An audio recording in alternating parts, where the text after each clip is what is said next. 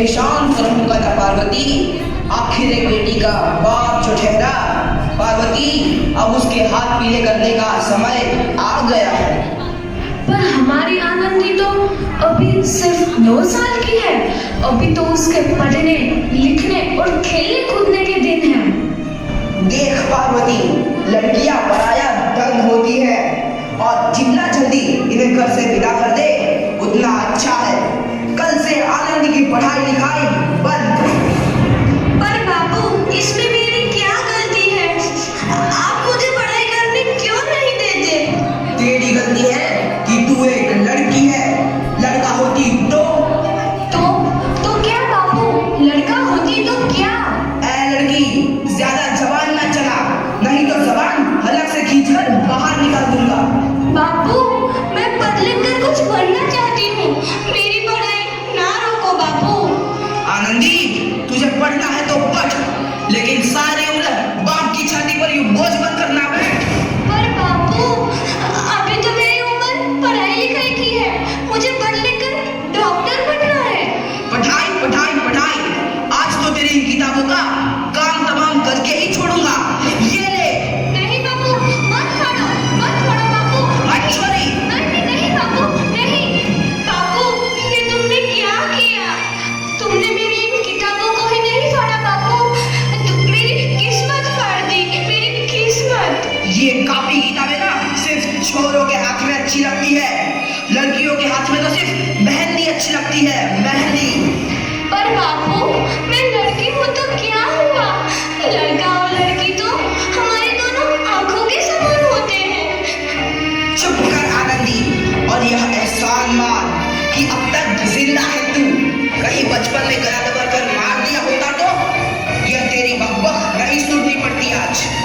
पर बाबू, मुझे चूल्हा जलाना अच्छा ना लगे है। देख छोरी, जितना जल्दी हो तू चूल्हा जलाना सीख ले, उतना ही अच्छा है तेरे लिए। और हाँ, तेरा ब्याह तो होगा, वो भी कल के कल। अबला जीवन है तुम्हारी यह कहानी। आंचल में है दूध और आंखों में है पानी। मुझे माफ कर दे बेटी, तेरे बापू के जिद के आगे मेरी एक न चलेगी। माफ कर दे बेटी, मुझे माफ कर दे। इस प्रकार मात्र 9 वर्ष की छोटी उम्र में आनंदी का विवाह गोपाल राव जोशी से हो गया। बाल विवाह एक सामाजिक कुरीति है और इस कुप्रथा का शिकार होना पड़ा आनंदी को। 5 वर्ष बाद आनंदी 14 साल की हो गई है। उसके घर एक शिशु ने जन्म लिया है। देखते हैं आगे क्या हुआ। देखिए ना, इसे क्या हो गया है? इसका माथा तो अंगार की तरह तप रहा है। इसे तो बहुत तेज बुखार है। आप भी ना कुछ भी बोलते हैं। दीजिए मुझे। माताओ, जल्दी से वैद्य जी को बुला के लाओ। जी, अभी बुला के लाता हूँ। ये तुम क्या कर रही हो आनंदी?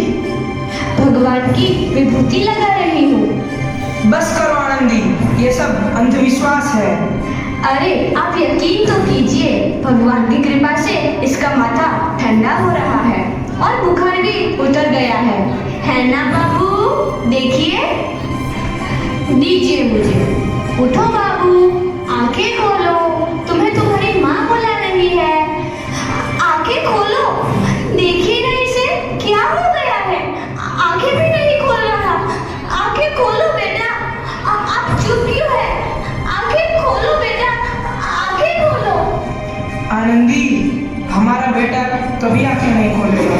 नहीं, ऐसा नहीं हो सकता।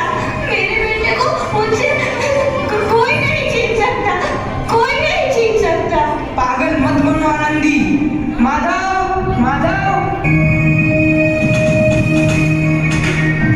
आनंदी, बंद करो ये पागलपन। भगवान ने मेरा बच्चा छीन लिया। भगवान ने नहीं, तुम्हारी अशिक्षा और अंधविश्वास ने तुम्हारा बच्चा छीना है।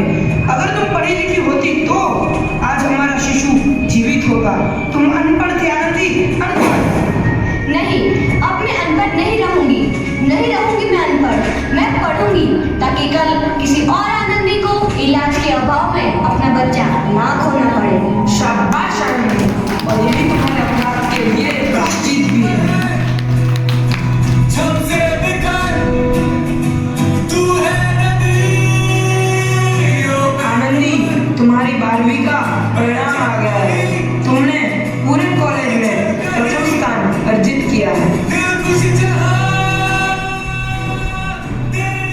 आनंदी, तुम्हारी मेहनत रंग लाई है। तुम्हें शिक्षा वृत्ति मिली है। ये लो तुम्हारे अमेरिका जाने की टिकट। मुझे शिक्षा वृत्ति मिल गई, मैं अमेरिका जा रही हूँ। पर ये सब मैं अकेले कैसे कर पाऊंगी? आनंदी, अपने आप को इतना कमजोर क्यों समझ रही हो? फिर इतना पढ़ने लिखने का क्या फायदा? तुम अभी गवार की गवार नहीं हूँ मैं अब गवार।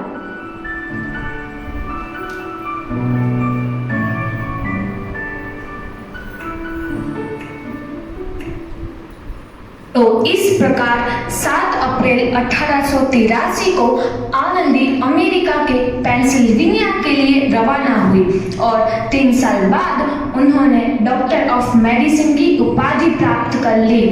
इधर आनंदी के पिता की तबीयत बहुत खराब है। आगे क्या होता है देखते हैं। लगता है अब मेरे जाने का समय आ चुका है। अब मैं नहीं बचूंगा।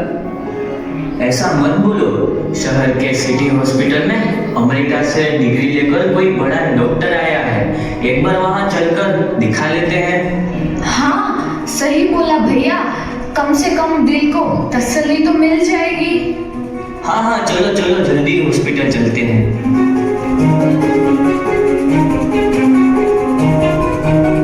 इस मरीज की हालत तो बहुत ही खराब है। कोई चमत्कार ही इसे बचा सकता है। ऐसा मत बोलो भाई। डॉक्टर साहब कब तक आ जाएंगे? लो आ गई डॉक्टर मैडम। डॉक्टर मैडम जल्दी देखिए, मरीज की हालत बहुत ही खराब है।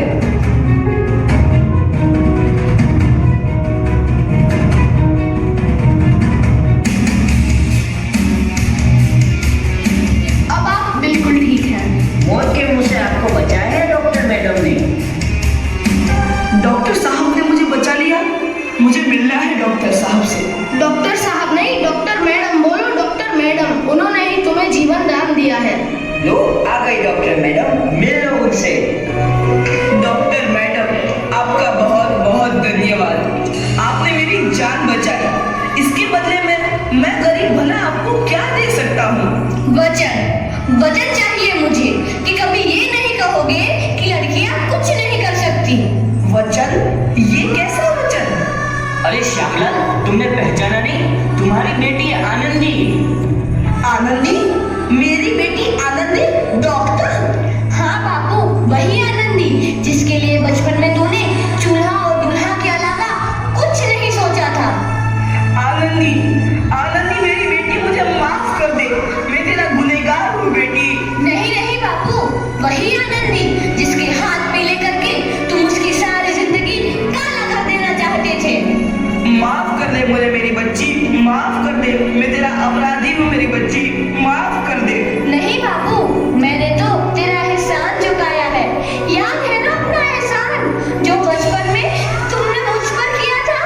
ताने सुना सुना कर जीते जी मार डाला था मुझको। अब बोल, और किस किस को मारेगा? आनंदी बेटी, मुझे माफ कर दे मेरी बच्ची। मैं तेरा गुनहगार हूँ। बापू, आपने ही तो बोला था किताबें सिर्फ बेटों के हाथ में अच्छी लगती है, बेटियों के हाथ में तो सिर्फ मेहंदी। बेटों और बेटियों में फर्क करना तो आंखों में फर्क करने समान है। एक का पढ़ना और दूसरे का ना पढ़ना सामाजिक अंधकार है बापू, सामाजिक अंधकार। उपकार मांगता हूँ मैं तुझ जैसी बेटी का, जिसने सारी उम्र मुझसे कुछ ना मांगा। मांगा तो सिर्फ बराबरी का दर्जा। वरना सच तो यह है कि मैं तेरी माफी के लायक भी ना हूँ। मुझे सा बाप तेरी बराबरी कर सके, उसके मैं लायक भी ना हूँ मेरी बेटी, मैं लायक भी ना हूँ। अपने बापू को क्या माफ नहीं करोगी आनंदी? माफ कर दो आनंदी, माफ कर दो। सुबह का भूला यदि शाम को घर लौट आए तो उसे भूला नहीं कहते। बापू। तो इस प्रकार आनंदीबाई जोशी ने अपनी मेहनत और अटूट इरादे से न केवल भारत की पहली महिला डॉक्टर बनी, बल्कि आगे चल के उन लड़कियों के लिए सुनहरा रास्ता दिखा गई जो जीवन में कुछ करना चाहती थी।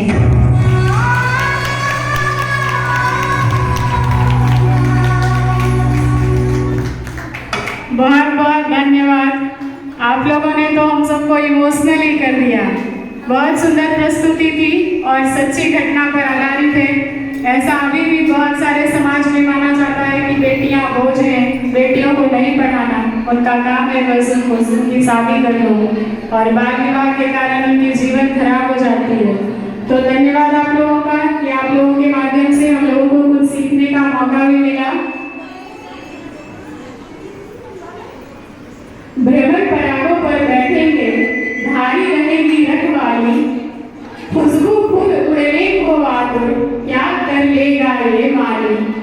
हम तो खुशी बांटने आए हैं, खुशी बांट कर जाएंगे, चलो बजा दो सब मिलकर, खुलकर तो ये तारे।